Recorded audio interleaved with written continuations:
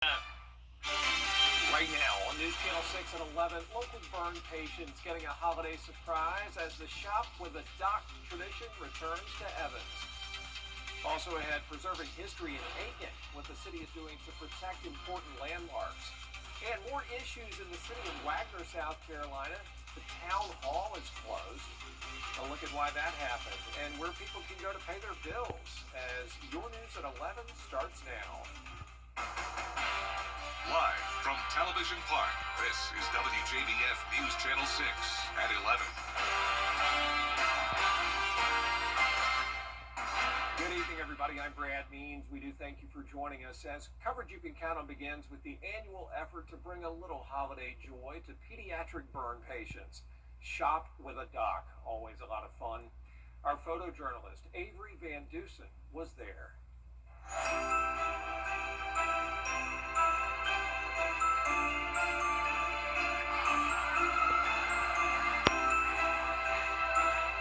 So Shop with a Dock is a Burn Foundation event that we've been doing for many years. We've got the care team from Doctors Hospitals out here. It's to benefit pediatric burn patients, and basically it's just an opportunity for them to come out and have some fun with the care team as opposed to being in the hospital. We take a list of the last year and a half patients that have been treated at the burn center right over here at Doctors Hospital. Send out an invitation, they RSVP, and then they come in. And burn patients have an allowance of $150, and they can go buy whatever they want. We have Santa here. You can get your picture with Santa. We've got Chick-fil-A meals, which were graciously provided locally here. And it's just a fun time. They get pictures, they can shop. We've got cookies. Everybody loves Christmas cookies.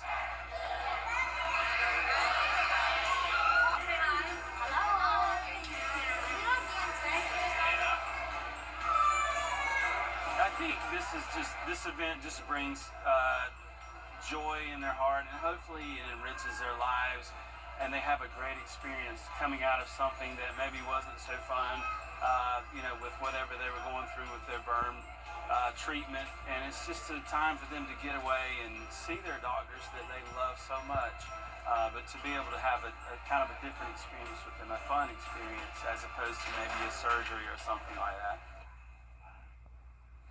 Always such a special night for those children. Avery Van Dusen, thanks to you. And kids get well.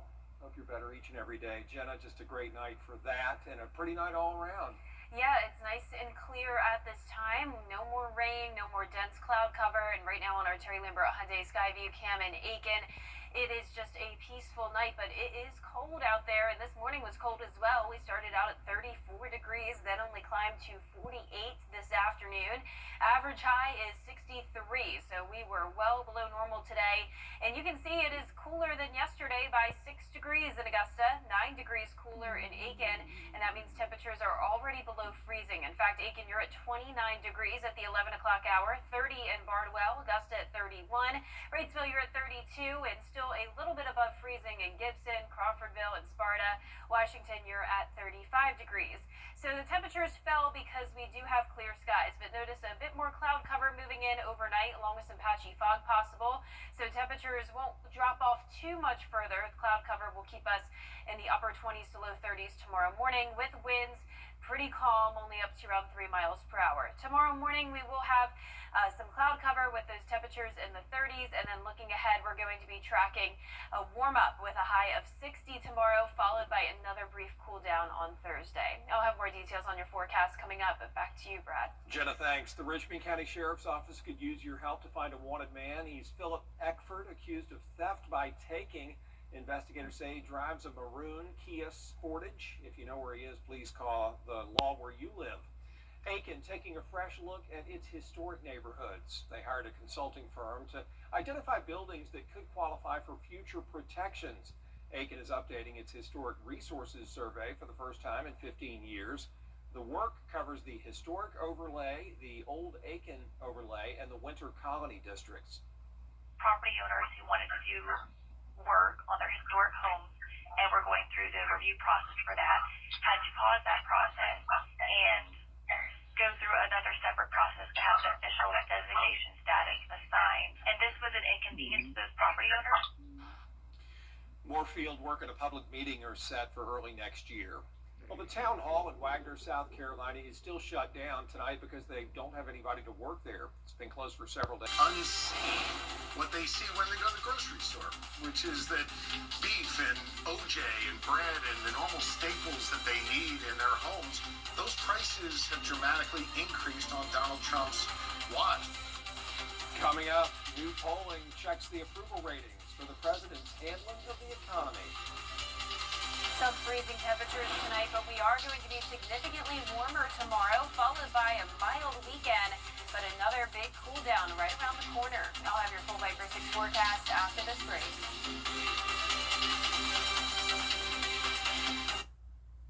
It's time to go see myself fun. Rise and shine. If you live in St. John Towers, you don't want to miss a minute of the day ahead. Join good friends for fun and games. Maybe hop on the bus for an outing.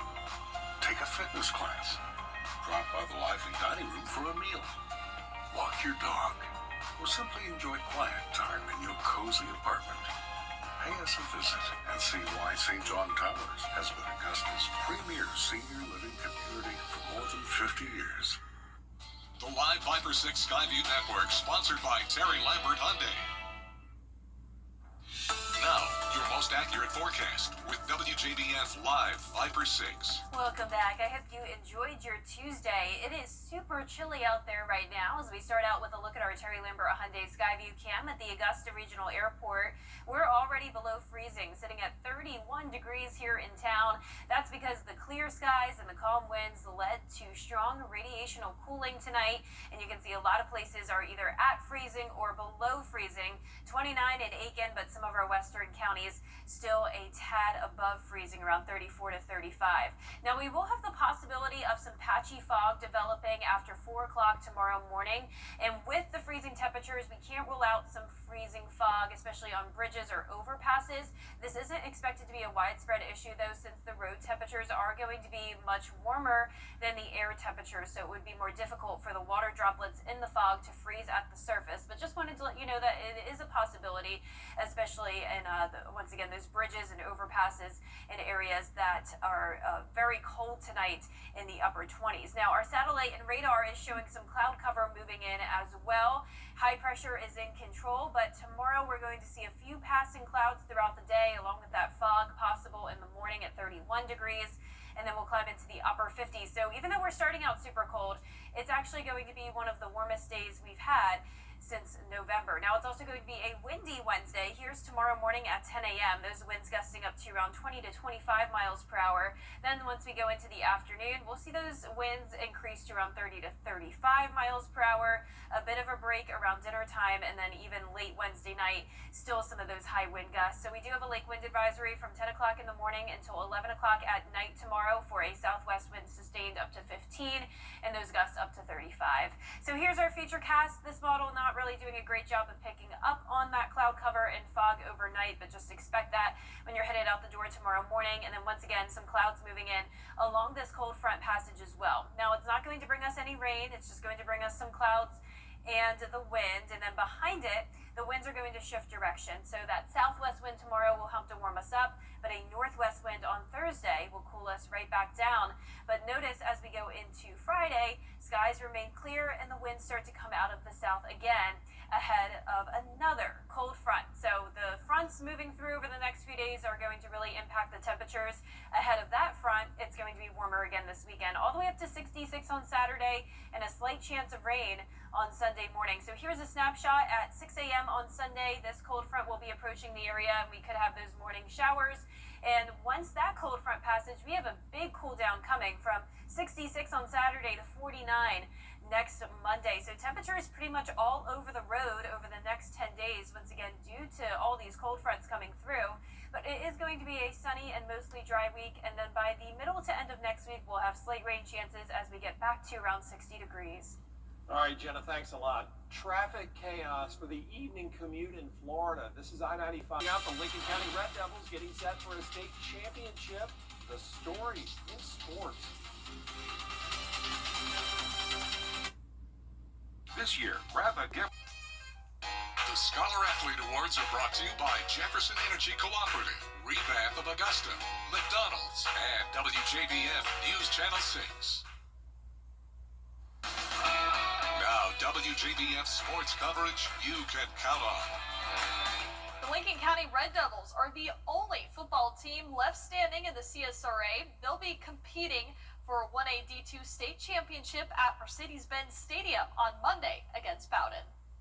In the month of December, practicing to play in a state championship game is a privilege. It's been a thing I've been dreaming about for a long time. I'm just glad I get to do it my senior year.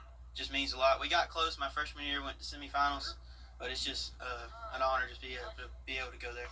The 14-0 Red Devils have dominated all season long, breezing past each of their 4 opponents in the playoffs, outscoring them 227-20.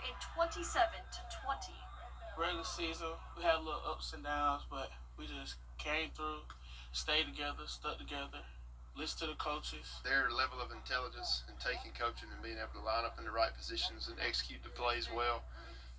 First off, it starts in the weight room. The team is seeking their first state championship since 2006. The coaches and players believe that this senior class will be the ones to bring home some hardware.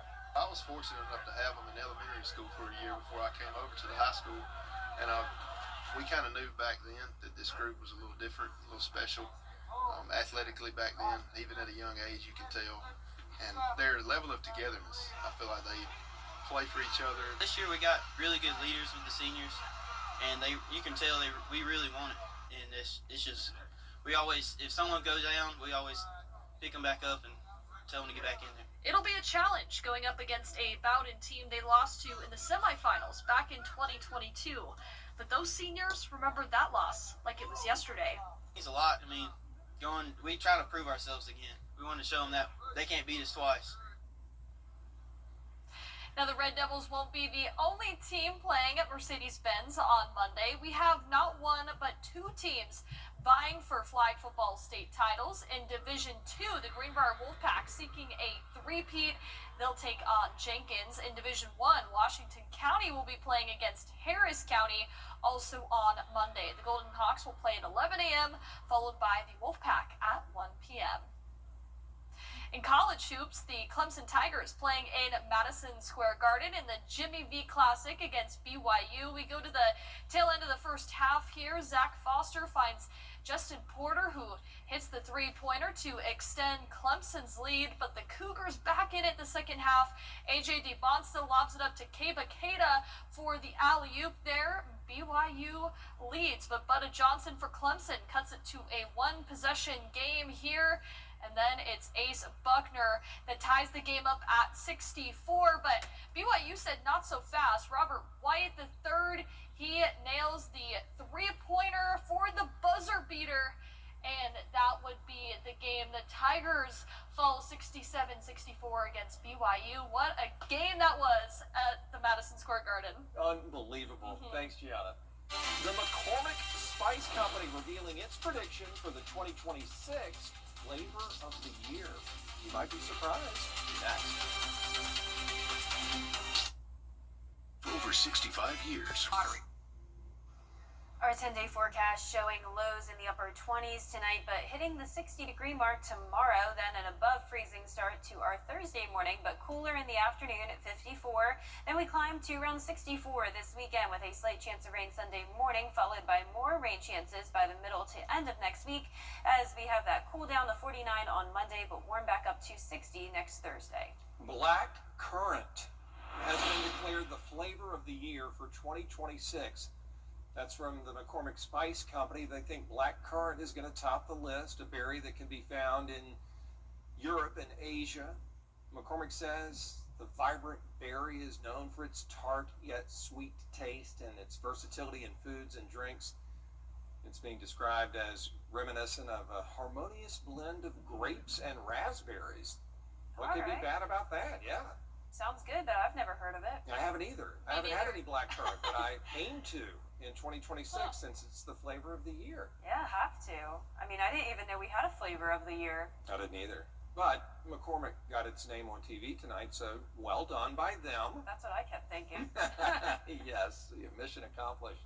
Well, that is our report for now. We sure do appreciate you watching. We sure do hope that you'll Wake up with Good Morning Augusta bright and early at 4:30 if you so choose. Have a good night.